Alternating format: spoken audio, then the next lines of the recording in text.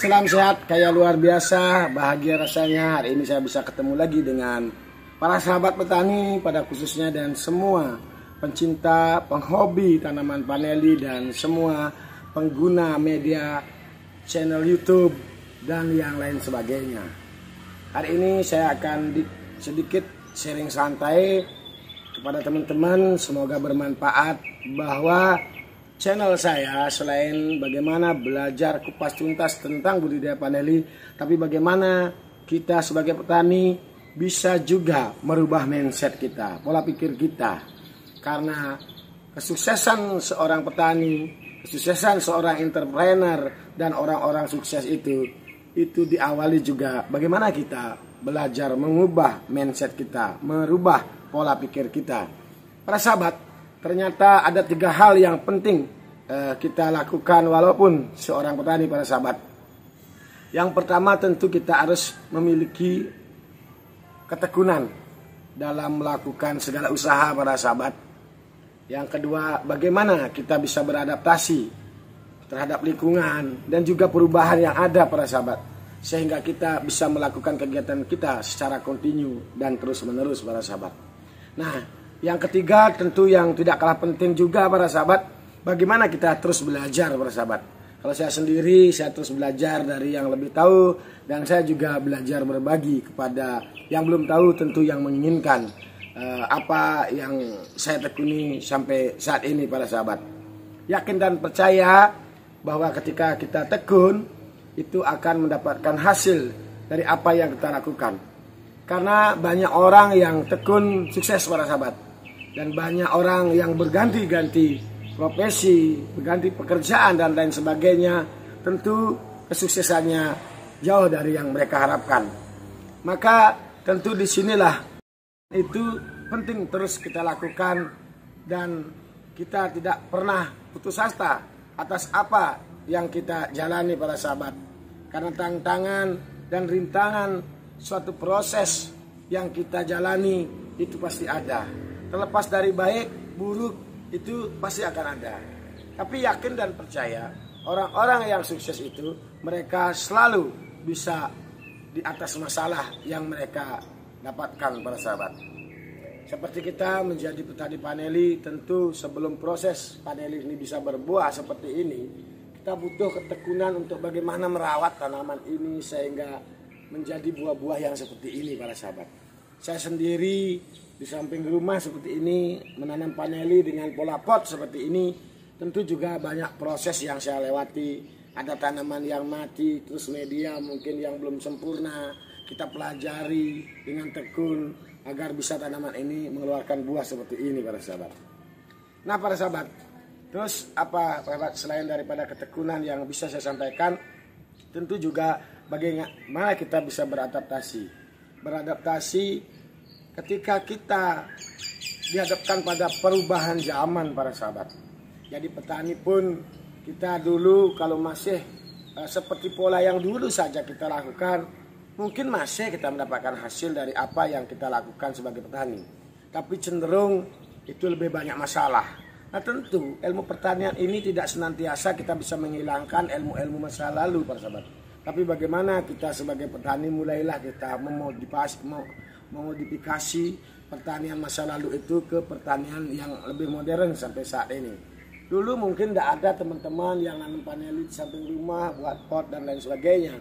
Karena pada saat itu iklim kita masih baik, cuaca masih baik, sehingga apa yang kita tanam itu mendapatkan keseimbangan alam yang sangat luar biasa. Karena kalau kita menjadi seorang petani, tidak terlepas dari perubahan iklim juga. Kita tergantung daripada alam juga, para sahabat.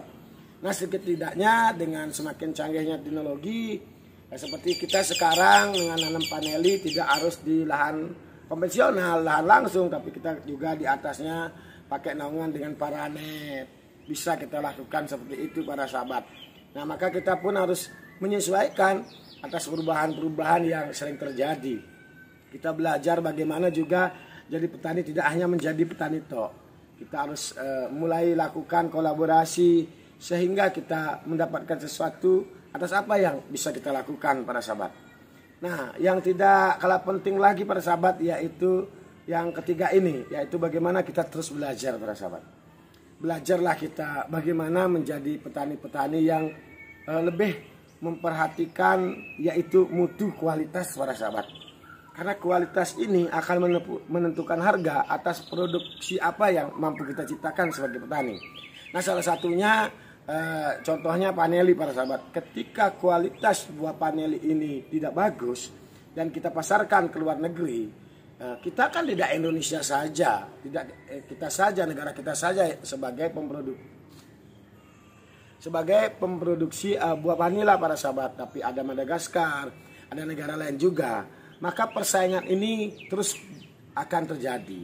Maka dengan belajar memperbaiki mutu, belajar berbudidaya yang lebih baik, sehingga tanaman kita lebih sehat, tanaman kita lebih subur, mampu mengeluarkan grade-grade buah paneli yang bagus, dan juga kandungan dan kadar panelinya juga bagus, sehingga kita tidak ada alasan tidak senang menjadi petani paneli.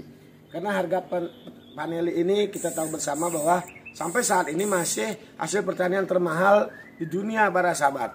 Memang tidak ada yang pasti di dunia ini masalah harga.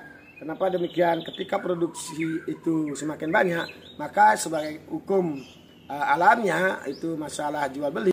Ketika kita mampu menjaga kualitas, kontinuitas atas apa yang bisa kita produksi, saya yakin kita masih bisa bersaing, apalagi negara kita adalah negara yang agraris para sahabat.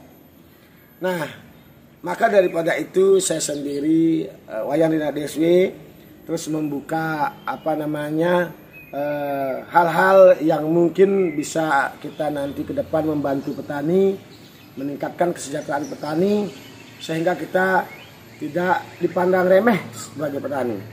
Dan di akhir video saya ini para sahabat bisa saya sampaikan, marilah kita jadi petani, mulailah bukan hanya untuk kita bisa dihargai, tapi bagaimana ketika kita memiliki ilmu itu, ketika ada yang mementingkan, hargailah diri sendiri, nilaikanlah ilmu itu agar bisa menjadi materi. Karena selama ini kita jadi petani-petani kecil di Indonesia, banyak kadang ilmu saudara-saudara kita, petani-petani yang lain itu yang sangat luar biasa didapat dari hasil prakteknya, tapi terkadang tidak ada nilainya ketika masih murahnya kita berbagi para sahabat kepada orang lebih kaya. Bukan kita, kalau menurut saya, kalau kita berbagi kepada yang belum mampu itu adalah suatu kewajiban. Saya sedikit sambung apa yang menjadi pembicaraan saya tadi, bahwa ketika kita masih menjual murah ilmu kita kepada orang kaya, maka kita jadi petani pun tetap akan menjadi petani murahan. Nah, kalau saya sendiri mulai belajar bagaimana kalau ada orang kaya mau ilmu budidaya, itu minimal beliau ini menghargailah apa yang sudah kita lakukan. Karena cenderung di masa lalu ketika kita mau sedikit ada ilmu, ketika mereka mengamati, meniru, modifikasi atas ilmu yang kita miliki sebagai petani kecil, sehingga mereka bisa melakukan kegiatan besar, sehingga kita tetap menjadi petani kecil para sahabat. Nah, maka daripada itu, betul yang orang katakan bahwa ilmu itu mahal sekali. Tapi ilmu itu akan lebih berarti ketika kita bisa bagikan kepada yang kurang mampu.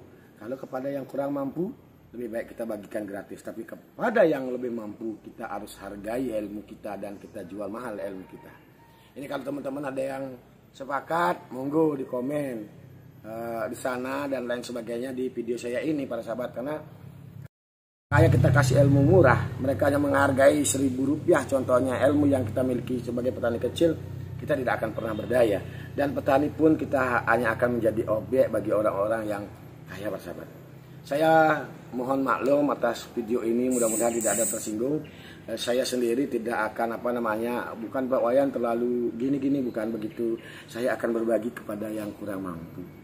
Tapi saya akan tetap mencari materi kepada yang lebih mampu. Karena ini adalah prinsip hidup ini, kita masih butuh uang para sahabat.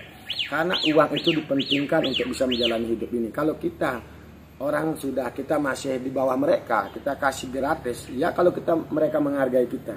Tapi kalau mereka tidak menghargai kita, kita tetap menjadi orang miskin dan mereka akan semakin kaya. Nah, disinilah ketimpangan yang terjadi di Indonesia ini, ketika kita memiliki ilmu terlalu mudah kita kasihkan kepada orang yang justru lebih kaya para sahabat. Nah, kalau orang kaya itu menghargai atas ilmu kita dan tidak masalah, karena kita akan dikasih mahal ilmu kita. Tapi terkadang kita di Indonesia ini tidak pernah maju ketika kita petani terlalu murah berbagi kepada yang lebih kaya, dan kita kadang-kadang cenderung lebih mahal menjual ilmu kepada yang miskin. Itu sangat keliru para sahabat. Marilah kita berbagi gratis kepada orang yang tidak mampu, apabila kita lebih daripada mereka yang tidak mampu. Tapi marilah kita bagikan ilmu kita yang kepada yang lebih mampu, sehingga yang mampu itu menghargai ilmu kita, sehingga kita pun dapat materi atas apa yang kita lakukan dan atas apa yang kita teliti, sehingga juga mereka bisa melakukan usaha-usaha yang mungkin nanti akan didasari dengan modal yang lebih banyak. Oke, cukup begitu dulu. Jangan lupa subscribe, like, dan komennya. Share video ini kalau bermanfaat bagi teman-teman. Saya Wayan Deswi tentu adalah manusia yang tidak sempurna, tidak terlepas dari banyak kesalahan dan kekeliruan yang saya miliki di channel YouTube Rinaya Deswi. Harap maklum. Salam sehat kaya luar biasa. Ketemu lagi di video-video Rinaya Deswi berikutnya.